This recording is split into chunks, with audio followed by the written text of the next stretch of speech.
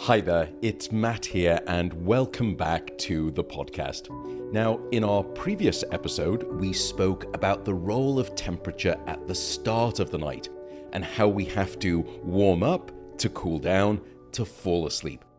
In this episode, we're going to discuss how temperature can then help you stay asleep across the night. And finally, we will reverse engineer the trick and we will speak about how temperature can help you wake up in the mornings. Let's return to that whole body temperature suit that I described in the previous episode. If you don't remember, it's designed by a wonderful sleep scientist in the Netherlands, and it's very similar to this whole body wetsuit. And covering that wetsuit are very thin tubes that have water running through them. And in that way, you can selectively warm or cool different parts of the body, however you want. And using that same suit, as we discussed in the previous episode, you can warm up the surface areas of the body to cool down the core of the body to fall asleep.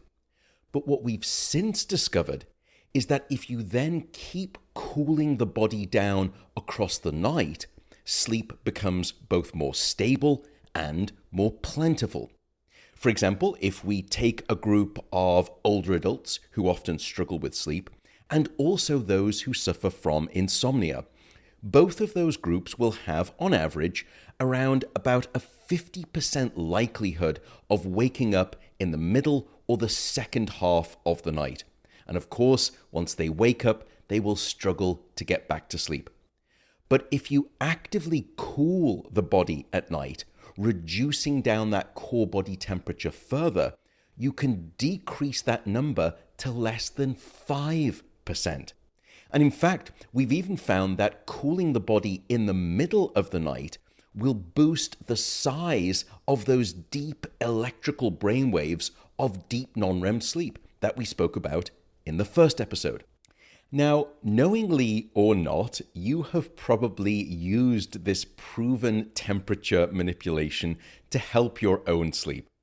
A luxury for many of us is to draw a hot bath in the evening and soak the body before bedtime.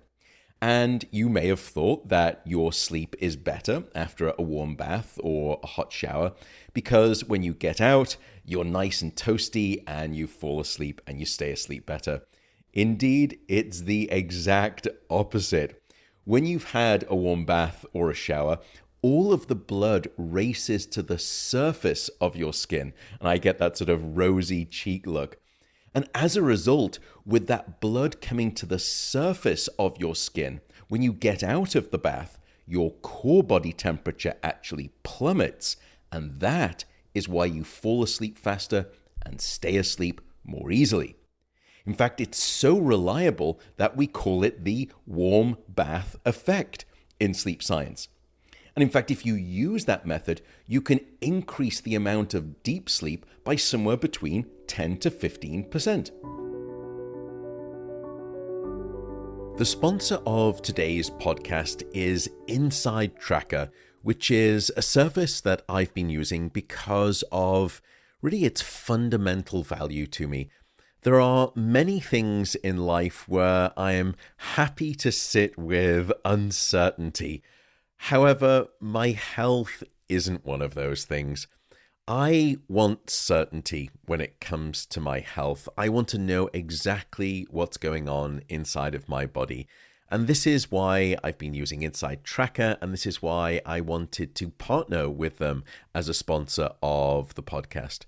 Inside Tracker provides a service that analyzes both your blood and also your DNA to understand exactly what is happening inside of you in terms of your health status. And they will conveniently come to your home, and they conveniently come to my home. They do a quick blood draw, and with a rapid turnaround time, they run a set of diagnostics on your blood, on your DNA. And there are two key things that come out as a consequence. First, they provide a full set of results describing your varied blood, metabolic, and hormonal health metrics. And they also give you some nice reference points so you know whether you are inside or outside of standard health ranges. The second part is the part that I think is especially valuable.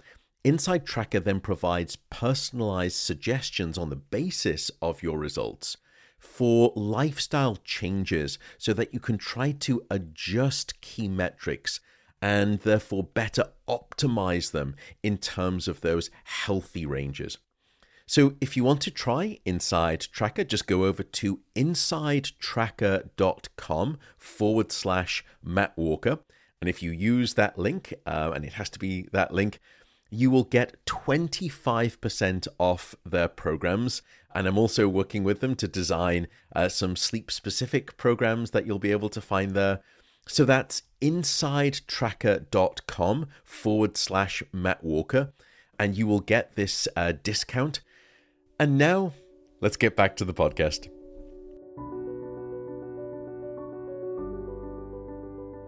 Now, all of the methods that we've spoken about so far regarding temperature are more active interventions. But passive room temperature also makes a difference here. And the long and short of it is that the optimal temperature for sleep at night, for the average human adult at least, seems to be somewhere between 16 to 18 degrees Celsius, or somewhere between, if I'm doing my mathematics correctly, 61 to 65 degrees Fahrenheit. I've probably got that wrong, but you get a sense of where this optimal sweet spot of temperature is for the ambient room within which you sleep. And on average, when adults are slumbering under those temperature conditions, sleep seems to be optimal. But of course, I want to be clear, everyone will be a little bit different. For example, men will typically run hotter than women. And by the way, if you're worried about that very cold bedroom temperature that I described, you can take a hot water bottle to bed and use it for your feet. You can wear thick socks if you like. That's perfectly normal. But cold the ambient temperature must be. And by the way, I will freely admit to using a hot water bottle at night, especially during the winter here. I will leave my windows open year round, and you can do that too, as long as it's safe for you to do so. But when I do that, particularly during the winter, it is pretty cold in the bedroom. So I do like to have a hot water bottle. I warm it up, then put it in there about 5 minutes before. But you don't want to know this about me. This is my personal sleep nonsense. Let me come back to our scientific story. So that's falling asleep that we discussed in the first episode. And here we've spoken about staying asleep so far. The final step we have to discuss, of course, is waking up. And here, temperature makes a difference too. What we've discovered is that as you move through to those late morning hours of your sleep, particularly as you start to enter those REM sleep rich phases late in the morning, we see a rise in core brain temperature. And in fact, just as an aside, it's one of the ways that we've been playing around at my sleep center with modifying REM sleep by trying to increase temperature to see if we can increase REM sleep or dream sleep. And reliably in humans and people who do animal studies, they will consistently find that it's in the last 30 minutes before people would naturally wake up in the morning that their body temperature really starts to increase. As with breaking up, waking up can be hard to do for many people, especially if you're not sleeping in synchrony with your chronotype, which we've spoken about in 3 episodes before. However, one way that we can ease that process of waking up is trying to warm up the ambient temperature of the bedroom in the last 30 minutes before your alarm goes off. So if you have a smart thermostat, try to program it to increase the temperature to around about 21 degrees Celsius or around 70 degrees Fahrenheit in the last 30 minutes before your alarm goes off. And that is the tale of temperature, which really comes in 3 parts. We need to warm up, to cool down, to get to sleep. And then we need to stay cool to stay asleep. And finally, we need to warm up to wake up. And with that, I will say stay cool tonight, get hot tomorrow morning, And I will simply say thank you again so much for listening, and I will see you next time in the next episode. Take care for now.